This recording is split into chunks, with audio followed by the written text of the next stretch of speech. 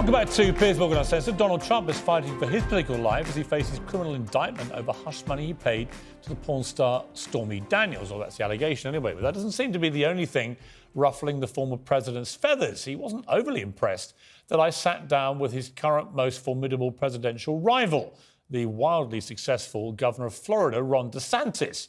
It's a whole show that will air tomorrow night, and it'll make riveting viewing, but not if you're Donald Trump. Well, Make America Great Again, a group formed of his allies, released a statement earlier saying Ron DeSantis is lashing out against President Trump, in my interview, because his poll numbers keep falling. Unfortunately for DeSantis, sitting down for an interview to bash President Trump with gun grabber Piers Morgan won't solve his issues with Republican voters. Well, to be clear, I don't like grabbing guns. I don't actually like guns at all. It didn't stop there. Shortly later, to my lack of surprise, President Trump himself took to his social media platform to say, while I am fighting against radical left lunatics, persecutors and unfair prosecutors who want to destroy us all, Ron DeSanctimonious is not working for the people of Florida as he should be. He's too busy chatting with a ratings-challenged TV host from England, desperately trying to rescue his failing campaign. But it's my fault. I put him there. I don't know if he's talking about Ron DeSanctimonious or me there at the end. In view of sitting down with me, President Trump, you seem to be suffering from some amnesia because you've sat down with me yourself about 40 times, including 3 times when you were President of the United States. So it couldn't have been that bad. Anyway, joining me now is the former senior counselor to President Trump from 2017 to 2020, Kellyanne Conway. Kellyanne, lovely to see you.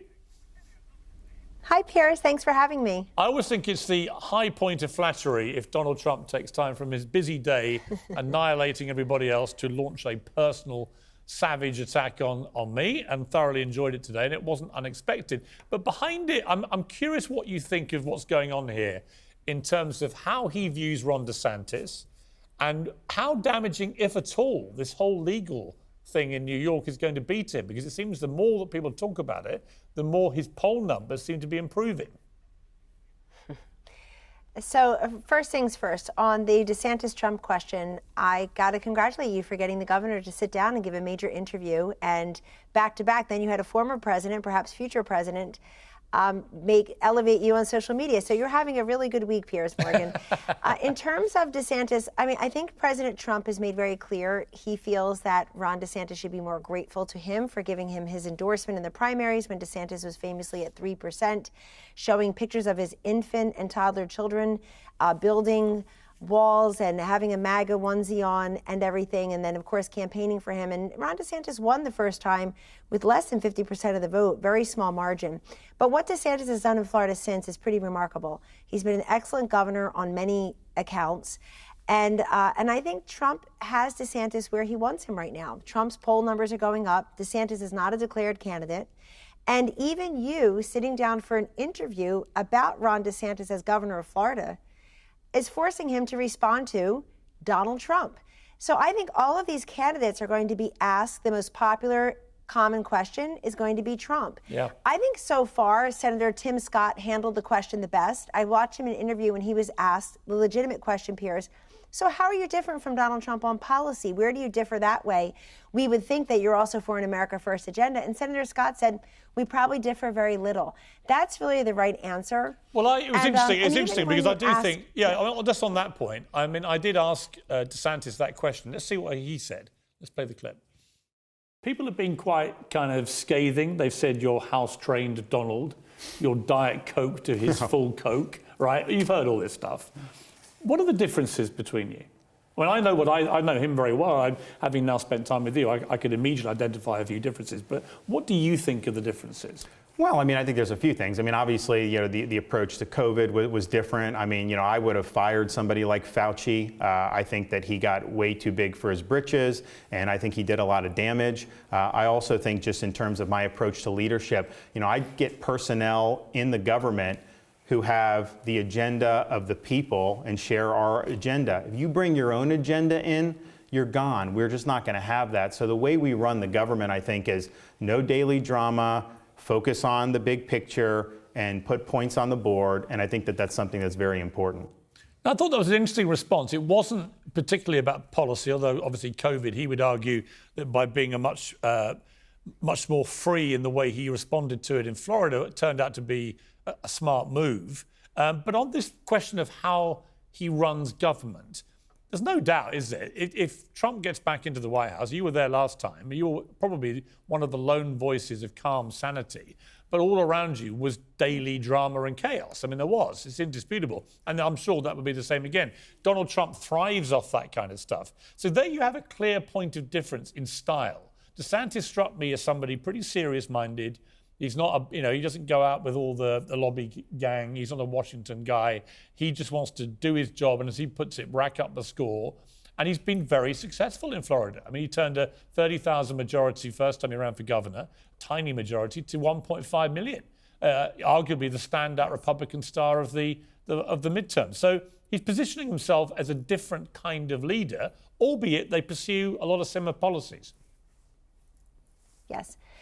I don't believe that the Republican nomination is going to be won or lost. It appears on gender, on age, on race, on style, and not substance. People are drowning economically. They're searching for pockets of air. Many of them do want the guy back who they felt made them more prosperous and safer. Now, there are plenty of other people who want an alternative to President Trump, even though his poll numbers have been increasing this year. And he's really put a bit of distance, according to the Politico Morning Consult poll just this week, really put a bit of distance between he and Ron DeSantis and the Republican primary electorate. But I think for DeSantis, he should talk more about policy, taxes, regulation, any of his national security and foreign policy bona fides, because I'll tell you, the world feels like it's on fire right now in so many places. You have Xi Jinping and Vladimir Putin with this budding romance. You have Iran salivating at Israel. You have them also talking to China, it seems like, through Saudi Arabia. So many hot spots, Ukraine and Putin. I think these governors who have a great story to tell, including DeSantis, are going to need to show that they have what it takes to be commander-in-chief and national security as well. And let me just make very clear, it won't matter who the Republican nominee is for president. That person will become unrecognizable to the rest of us. They will do to Ron DeSantis or anyone else what they did to Donald Trump.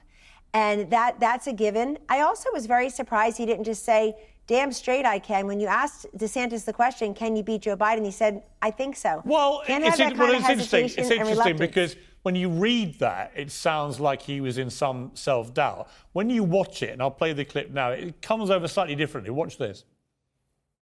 Do you think you could beat Biden? I think so. So you're running then? No, I didn't say that. I just said I think I could. I mean, I think that's, if you look at Florida. Who would be harder to beat, Biden or Donald Trump? I don't know. Those are two different. Well, they are two different people, that's for sure. But I think it was a more emphatic, I think so, than people have construed it to be. I don't think he was expressing doubt. He was like, yeah, I think so, yeah, I can beat him. But it was interesting that it's far less in, that's right. I was going to say, in his eyes, I think he just wanted to make it clear that if he runs, he's running to beat Biden to the White House. He doesn't just see this as running against Donald Trump. That was one of the smartest things he said recently electorally. He should transport people into the general election and say, I'm going to run against Joe Biden. And there's a significant contrast between, as many contrasts between Joe Biden and Ron DeSantis. But that road runs through Donald Trump, of course, the nomination. But that was smart. I guess he's less emphatic and more hesitant than his donors and his supporters and those who insist that he can beat Biden. Let me tell you something. Electability is a fiction. I cannot guarantee who can and cannot win years before voters exercise their choice and voice. Yeah. The way you win the presidency, Piers, is not through electability, it's through electoral college. And you have to go and win those key states like Pennsylvania, Wisconsin, Michigan, a whole bunch of them. And you got to start with Florida. Look, DeSantis in Florida, Kim Reynolds in Iowa, Mike DeWine in Ohio. These are three states, Piers, that Barack Obama carried twice, that are now ruby red. DeSantis and Kim Reynolds reelected with 19%. Mike DeWine reelected by 25% of the vote. So the Republican realignment in some of these states that were previously purple, if not blue, as I say, Obama, Biden carried them twice, has been truly remarkable. Okay, let me ask you, have to figure out a way how to win Wisconsin, Michigan, and Pennsylvania. Of course it comes down to that. Let me ask you about Donald Trump and this case, the Stormy Daniels scandal. Two questions really about this. One is, do you think he's going to get indicted? And secondly, will that help or hinder, actually, his chances of winning back the White House?